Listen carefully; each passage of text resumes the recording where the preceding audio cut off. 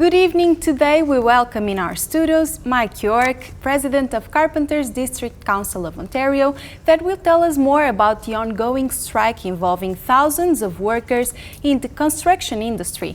We will also know more about a friendly competition for new carpenters that will happen at the end of the month in Thunder Bay.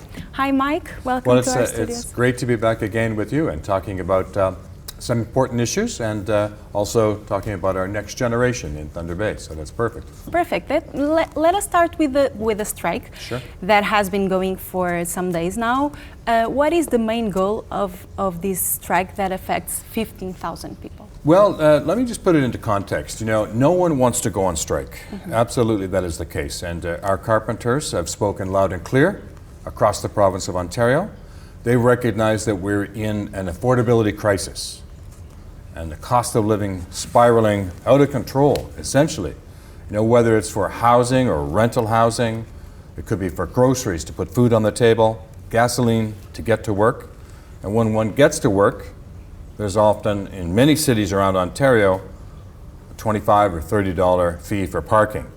So really, at the root cause of our issue of our strike, it is to do with affordability and receiving a fair compensation for a fair day's pay. Mm-hmm.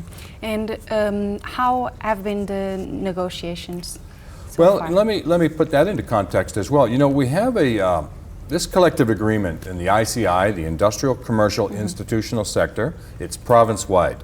So it's not just Toronto, it's Toronto plus Ottawa, London, Sarnia, Windsor, all the way up to Sault Ste. Marie, Sudbury, and Thunder Bay, Ontario. So it's province-wide. You know, essentially the agreement and it's well over 40 years old. We renegotiate it every 3 years. So it's effectively a mature agreement that not a lot of language changes from round of bargaining to the next round of bargaining. So every 3 years, there's not a lot of change in the language.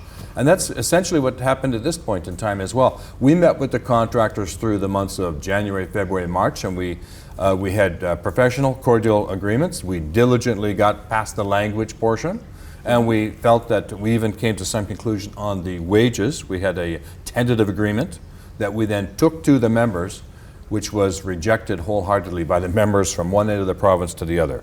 And that's why we had 15,000 members out on strike right now. The wage package was not sufficient to the needs of the members and their families, and they told us that loud and clear. So right now, we're waiting to go back to the bargaining table. We think that's an important next step. I mean, look, when you have a tentative agreement that you take to the members and the members say, no, we're not going, we don't accept it. So it's a responsibility on both management and on us as labor leaders to go back to the table, resolve our issues, get an agreement that works, have that voted on by the members, have the members then successfully pass the agreement, go back to work and start contributing our skills to the province of Ontario's economy. So what are the next steps right now? Well, this is a good point. I mean, and so we met briefly with the employer base the end of last week, and we suggested that we were prepared to meet Saturday, Sunday, or even today, tomorrow, or Wednesday. We know that the management folks are meeting another union on Thursday and Friday, so we said, okay, look, we understand that. You're going to meet with them, but meet with us Monday, Tuesday, Wednesday to get an agreement. Their response, unfortunately, was no, we will meet you on May 24th after the long weekend. You know, we believe that that's not responsible bargaining. That is not, that's not reflecting or respecting the role of the construction sector in the province of Ontario. We think we are a driver of the economy. We need to get our members back to work. And to do that, we have to meet first at the bargaining table and get a deal. So are we still waiting for an answer for this week? Well, unfortunately we are. I mean, it looks like, well, we will be meeting on the 24th of May now. Mm-hmm. I mean, we offered to meet earlier. Unfortunately, that offer was not picked up on, and the employers basically said, we'll see you on the 24th. Look, construction sector, as I mentioned, it employs 500,000 people in the province of Ontario. It's 7.2% of Ontario's GDP. It contributes $50 to $60 billion annually to Ontario's economy. Mm-hmm. Every construction job has a job generator of 1.1 to 1.7 additional jobs, whether in manufacturing further up the food chain or further down the food chain in services, tourism, consumer spending.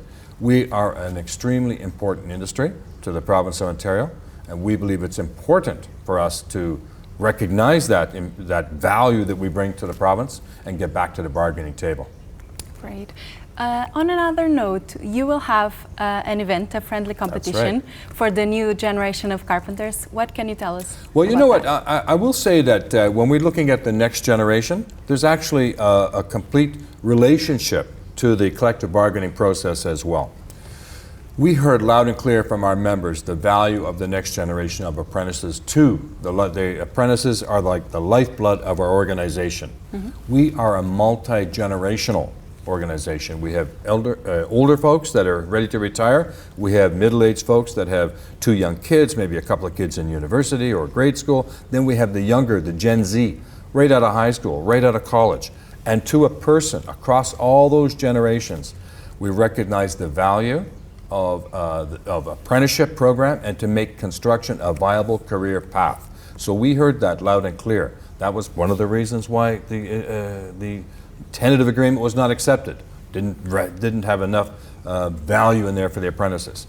So another aspect of that is really to profile that next generation in a positive way, and that's what we're doing in Thunder Bay, May 26, 27, and 28.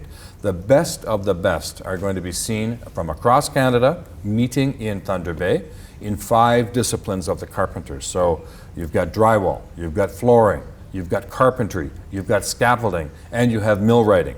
So young men and women that will be building our economy, building our communities across Canada, they will be showcasing their high skills for everyone to see.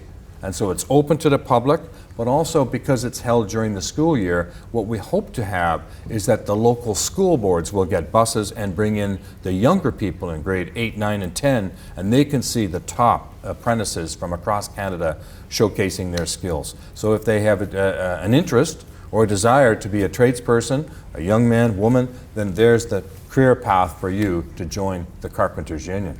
And that's why it's so important to promote this event, right? Absolutely. That's what we're doing. We're promoting that from one end of this province to the other. Like you mentioned, it's open to the public. How Absolutely. can people know more about well, it? They can Google the host local is local 1669 in Thunder Bay. Okay. They'll have information as well as the website for the National Apprenticeship Competition 2022 has a website up and running, and that'll have all the information that folks would need if they wanted to visit and see the skills on display. Perfect. Thank you so much for being here. Really great to be back again with you and having a very good discussion. I really appreciate it. Thank you very much. Thank you. All Thank right, you very take much. care.